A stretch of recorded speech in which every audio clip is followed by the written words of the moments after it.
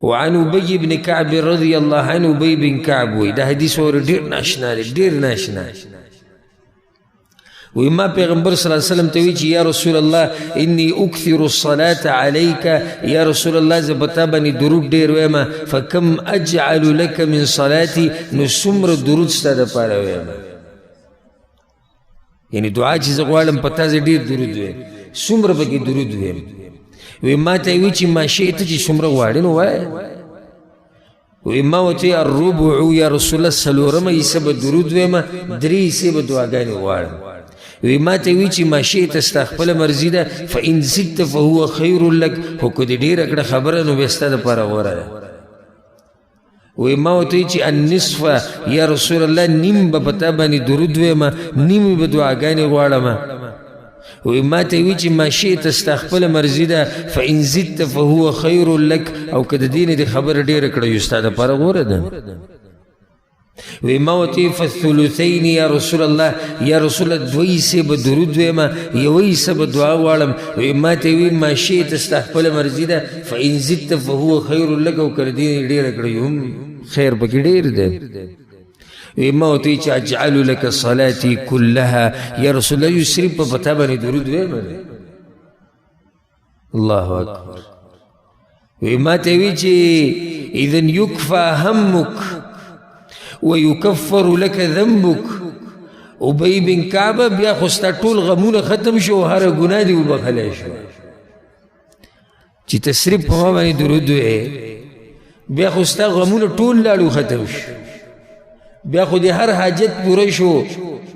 او هر ګناه بدل الله وبخي رواه الترمذي د حدیث امام ترمذي رحمه الله راوړی چې کله د باندې سختې ډېرې شي مشکلات ته ډېر شي په پیغمبر صلی الله علیه وسلم درود وایي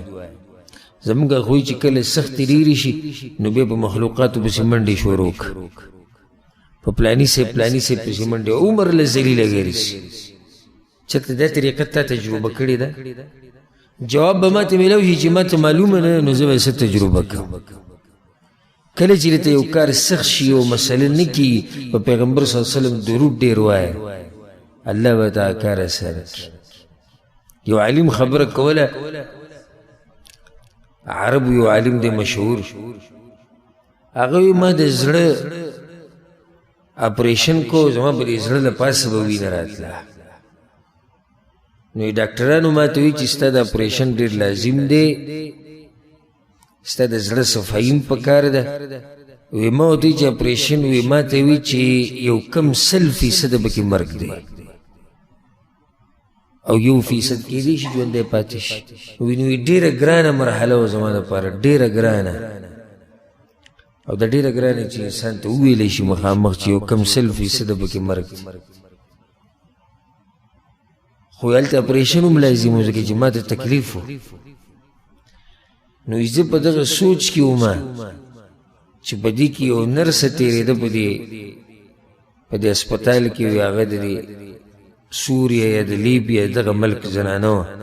وی هغه تېرېده او پته ورته چې دی په سوچ کې دی او ډاکټران هم ټول ولاړ وي په دې تېرېدو کې ما ته ووایي چې یا شیخ صلی علی النبي او پیغمبر صلی الله علیه وسلم یې درود ووایه نو دا خبره راته رایاده کړه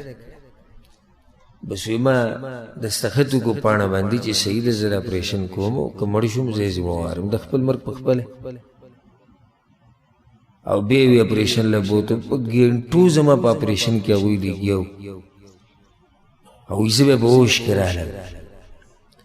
نو ډاکټران ګیر چاپېره ولاړو او ټول حیران وو ما چې څه چل بل مصیبت راغی وی حیران موږ په دې یو چې دا اپریشن لا د اوسه پورې موږ کامیاب نه و کړی